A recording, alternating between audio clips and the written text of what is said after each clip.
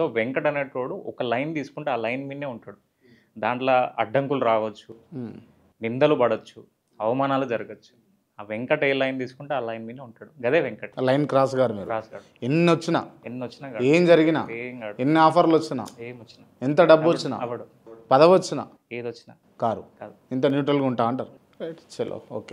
నా ఇప్పుడు ఒకటి అబ్బా, మన మీద మనకు గౌరవం ఉండాలి. మనం ఎవరైనా విమర్శిస్తున్నప్పుడు మన ఆత్మవిమర్శ చేసుకోవాలి. మన మీద మనకు గౌరవం ఉండాలంట. అంతే కదా, నువ్వు నైట్ పడుకుంటప్పుడు నువ్వు హ్యాపీగా ఎప్పుడు పడుకుంటావు? ఎవరిని మోసం చేయనప్పుడు, నీకేం బాధ లేనప్పుడు, నువ్వు ఎవరిని కష్టపెట్టనప్పుడు హ్యాపీగా పడుకుంటావు. నేను అట్లా పడుకోవాలనుకో. Right, okay. మీరు అంటే ఎండోమెంట్లా, లేకపోతే దేవస్థానాల దగ్గర, లేకపోతే ఏదన్నా విపత్కర పరిస్థితి ఉన్నది ఆ ఆ సందర్భాలల్లో, లేకపోతే పోలీస్ స్టేషన్లల్లో, లేకపోతే ఎవరైనా పట్టుకున్నప్పుడు విడిపించే దాంట్లో, పోలీసు వాళ్ళ దాంట్లో కూడా ఐఏఎస్ ఐపీఎస్ స్థాయిలో ఉన్నటువంటి వ్యక్తులతోటి మీరు ఇన్ఫ్లుయెన్స్ చేపిస్తారు. మీరు ఎక్కడికైనా పోతే కూడా మీతో కాన్వాయిలు వస్తాయి. ఎట్లా సాధ్యపడుతుంది ఇది? ఏముందర్లా అభిమానంతో తిరిగే తమ్ముళ్ళు ఉన్నారు, వాళ్ళే వస్తాయి కాన్వాయిలు. వేరే అవుట్ సైడర్స్ని పట్టుకుని హుజరాబాద్ పోతే హుజరాబాద్ పిల్లలే ఉంటారు, కరీంనగర్ పోతే కరీంనగర్ వాళ్ళే ఉంటారు, భూపాలపల్లి వెళ్తే భూపాలపల్లి వాళ్ళే ఉంటారు. ఎక్కడోళ్ళు అక్కడనే ఉన్నాం కదా.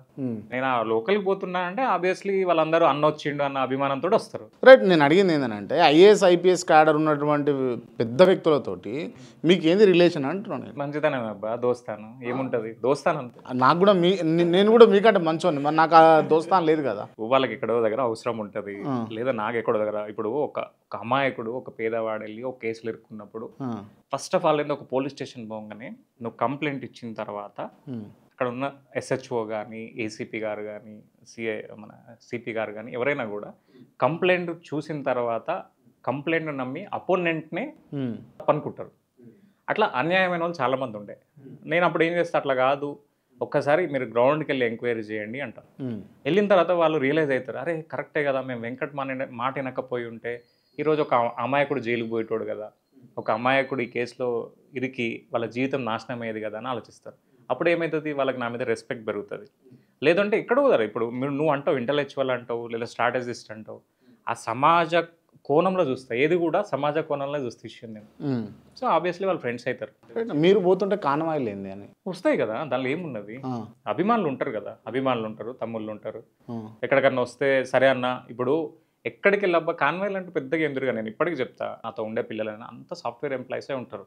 సో వాళ్ళు ఫ్రీ టైంలో లీజర్ ఉన్నప్పుడు మాత్రమే వాళ్ళు అన్న నేను బడగొడతా పదా, నువ్వు ఎందుకు ఒక్కడే వెళ్తావని వస్తారు తప్ప, వాళ్ళకి పని ఉంటే నేను డిస్టర్బ్ కూడా చేయను, ఒక్కనే వెళ్ళిపోతా. ఆ వెళ్ళిపోయిన తర్వాత ఆ రాత్రి 2 గంటలు కానీ 3 గంటలు కానీ ఒక్కనే వెళ్తా. వెళ్ళిన తర్వాత అక్కడ ఆటోమేటిక్గా ఆ లొకాలిటీకి వెళ్ళిన తర్వాత పిల్లలు ఉంటారు, వాళ్ళు ప్రొటెక్ట్ చేసుకుంటారు అంతే. గవే కాన్వాయిల్ తప్ప ఏదో షో చేయాలా షోప్ టాప్ చేయాలని నాకేం లేదా, షో చేయాలా షోప్ టాప్ చేయాలన్న షోక్ లేదా మీకు? ఏం లేదు, వెరీ సింపుల్ ఉంటుంది, చాలా సింపుల్ ఉంటుంది. ఇప్పుడు ఇంతసేపు మాట్లాడిన అంశాలల్లో డౌన్ టు ఎర్త్ ఉంటానన్నారు, ఒకే లైన్ పట్టుకొని ఉంటానన్నారు, ఆ లైన్ క్రాస్ గాను అని అన్నారు, పోలీసు వాళ్ళతోటి ఐఏఎస్ ఐపీఎస్ క్యాడర్ ఉన్నటువంటి వ్యక్తులతోటి మంచి పరిచయాలు ఉన్నాయి అన్నారు.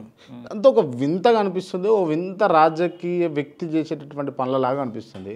అసలు రాజకీయాలు మీకు సెట్ అవుతాయా అని ఓపెన్గా అడిగితే ఏం చెప్తారు? ఇప్పుడు హుజరాబాద్ తీసుకుంటే, సరే నేను ఆల్మోస్ట్ చాలా కాన్స్టిట్యున్సీలలో ఉన్నా కూడా ఎక్కువ ప్రభావం అనేది హుజరాబాద్నే ఉన్నది. ఇప్పుడు హుజరాబాద్ తీసుకుంటే హుజరాబాద్లో అందరినీ కాదని నువ్వు నన్ను ఎందుకు ఇంటర్వ్యూ చేస్తున్నావు? అందరినీ కాదని, ఇప్పుడు రాజేంద్ర అని ఉన్నాడు, కౌశిక్ రెడ్డి ఉన్నాడు, ఇంకోరు ఎవరు ఉన్నా కూడా వాళ్ళందరినీ కాదని నువ్వు నా దగ్గరికి ఎందుకు వచ్చినావు ఇంటర్వ్యూకి? అయితేనే వస్తావు కదా. ఇంతకుముందు ఇంటర్వ్యూలో చెప్పినట్టు కూడా వారికి సమస్య ఉంటే వాళ్ళ దగ్గరికి ఎందుకు వస్తారు? నాతో అయితేనే వస్తారు. అవుతుందా అని ఎట్లా చెప్తావు? సబ్బాని వెంకట దగ్గరికి పోతే ఏ పని అయినా అవుతుందా? అట్లా నేను చెప్పాను, అయ్యేటి అవుతాయి కానీ కావు, కాకపోతే కాదని చెప్పేస్తా. సపోజ్ చాలామంది చేస్తారు, ఏదో నేను చారిటబుల్ ట్రస్ట్ అనుకున్నావు ఇంకేదనుకున్నా చాలామంది చేస్తారు, నా వల్ల అయితే చేస్తా, కాకపోతే నన్ను అడగొద్దని మొక్కనే చెప్పేస్తాను. నన్ను అడగొద్దు, నాతో కాదు అని చెప్తా. ఆ టైం పాస్ చేయడం, దాన్ని ల్యాగ్ చేయడం నాకు ఇష్టం. అంటే ఏదో కొత్త రకంగా రాజకీయాలు చేయాలి, లేకపోతే రాజకీయాల్లో పెను మార్పులు తీసుకురావాలి, లేకపోతే రాజకీయాలు ఇవి కావు